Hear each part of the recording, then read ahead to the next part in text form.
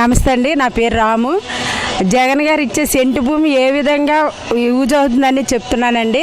ఈరోజు 48 గజాల సెంటు భూము, అందులో ఒక సింగిల్ బెడ్రూమ్ ఇల్లు కట్టుకోవచ్చు. అదే 48 గజాలు ఇల్లు అద్దెకి తీసుకుంటే, అదే చోట్లో స్థలం తీసుకుంటే 5,000 రూపాయలు 6,000 అద్దె ఉంటుందండి. అలాంటిది జగన్ అన్న ఉచితంగా ఒక పేదోళ్ళకి ఇల్లు లేదని వచ్చి అవి సెంటు భూమి ఇస్తుంటారు. సెంటు భూమిలో 3 ఫ్లోర్లు కట్టవచ్చు, 4 ఫ్లోర్లు కట్టవచ్చు, 5 కట్టవచ్చు అండి. కిందన పిల్లర్స్ గట్టిగా బలంగా వేస్తే 5 ఫ్లోర్ల వరకు కట్టుకోవచ్చు, 5 ఫ్యామిలీలు ఉండొచ్చు.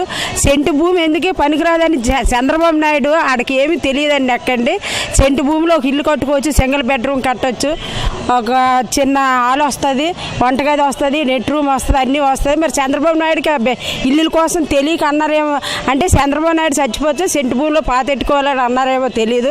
అలాగే దేనికైనా సిద్ధమని జగన్ వస్తాడు. గుంపులుగా వచ్చినా గూటంగా వచ్చినా నేను ఒక్కడనే చాలు, నేను సిద్ధం అన్నాడు జగన్ అన్న. ఎంతమంది వచ్చినా సరే ప్రజల గుండెల్లో జగన్ అన్న వెలిగిపోతున్నాడు. ఎందుకంటే జగన్ అన్న ఇచ్చిన మాట తప్పలేదు. నవరత్నాలు అన్నారు, నవరత్నాలు ఇచ్చారు. అలాగే జగన్ అన్న చేసిన అభివృద్ధులు ఎన్నో ఉన్నాయి. ఒకరోజు పెన్షన్ తీసుకోవాలంటే ఒక కూలికి వెళ్ళోళ్ళు ఆ రోజు 2 రోజులు పనులు మానేసి పెన్షన్ కోసం ఆఫీస్ చుట్టూ తిరిగేవారు. ఆ రోజు ఇచ్చేవారు కాదు. ఉదయం టిఫిన్ చేయకుండా వెళ్ళి సాయంత్రం 4 వరకు ఉండేవారు. 4 గంటలకు అమ్మ ఈరోజు అవ్వలేదు, మీకు బుక్కులు రాలేదని చెప్పేవారు. చెప్తే వెళ్ళిపోయారు. మళ్ళీ మరుసటి రోజు కూడా పని మానేసి వచ్చేవారు. అలాంటిది ఇప్పుడు జగన్ ప్రభుత్వం వచ్చిన కాడి నుంచి వాలంటీర్ ద్వారాగా ఇంటింటికి వెళ్ళి డోర్ కొట్టి మరీ డబ్బులు ఇస్తున్నారండి. పెన్షన్ రూపాయి నంచం తీసుకోకుండా ఒక రేషన్ కార్డు చేయించుకోవాలంటే ఒకప్పుడు ఒక 5,000 రూపాయలు ఖర్చు ఇవ్వండి. ఆ 5,000 పట్టుకొని నాయకుల చుట్టూ, కార్యకర్తల చుట్టూ, టీడీపీ నాయకుల చుట్టూ తిరిగినా అది పని ఇది కాదండి, చెప్పులు అరిగిపోయేవి. ఈరోజు జగన్మోహన్ రెడ్డి వచ్చిన కాడి నుంచి సచివాలయ వ్యవస్థలు పెట్టారండి. పెట్టి జగన్మోహన్ రెడ్డి వచ్చి రేషన్ కార్డు కాదు, క్యాస్ట్ సర్టిఫికేట్లు కాదు, ఇన్కమింగ్ కాదు, ఏవైనా అన్ని విధాలుగా జగన్ అన్న మన ఇంటికి డోర్ కొట్టేస్తుండండి. జగన్ నాడు సీఎం ఎవరు ఉండరండి. దుమ్ముని నాయకుడు ఉన్నాడంటే జగన్ ఒకడండి. ఇలాంటి పవన్ కళ్యాణ్లు, ఇలాంటి చంద్రబాబు నాయుడులు, ఇలాంటి బీజేపీ గవర్నమెంట్ ఎన్ని వచ్చినా సరే జగన్మోహన్ రెడ్డిని ఏమి చేయలేరండి. ఎందుకంటే అతను గుండెల్లో నిలిచిపోయాడండి ప్రజలకి. డాక్టర్ వైఎస్ రాజశేఖర రెడ్డి ఆ రోజు వాళ్ళ నాన్నగారు తండ్రికి మించిన తన్యుడు అనుకునేందుకు కొడుకు ఈరోజు తండ్రి కంటే బాగా చేస్తాడు. అప్పుడు వాళ్ళ నాన్నగారు వచ్చి ఒక పేదోళ్ళ హాస్పిటల్కి వెళ్ళాలంటే గవర్నమెంట్ స్కూల్లో చదువుకోవాలంటే ఇంగ్లీష్ మీడియం లేక ఎన్నో అవస్థలు పడేవారు. కానీ ఈరోజు ఏం జరిగిందంటే తండ్రిని మించిన కొడుకు కనుక సీఎంగా జగన్ వచ్చిన నుంచి 2 సంవత్సరాలు కరోనా వచ్చింది. అలాంటి కరోనాలో తట్టుకునే మగవాడు ఎవరంటే ఉన్నారంటే సీఎం జగన్ గారండి. అలాగే ఏ గవర్నమెంట్ చేయలేదు, ఏ చంద్రబాబు నాయుడు కాదు, ఏ గవర్నమెంట్ అని ఇప్పటికొచ్చి అలా చేయలేదు. అంత కష్టం రాలేదు ఆంధ్రప్రదేశ్కి.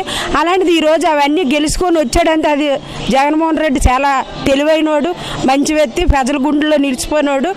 ఎందుకంటే జగన్మోహన్ రెడ్డి ఎన్నో అభివృద్ధులు మాట ఇచ్చాడు.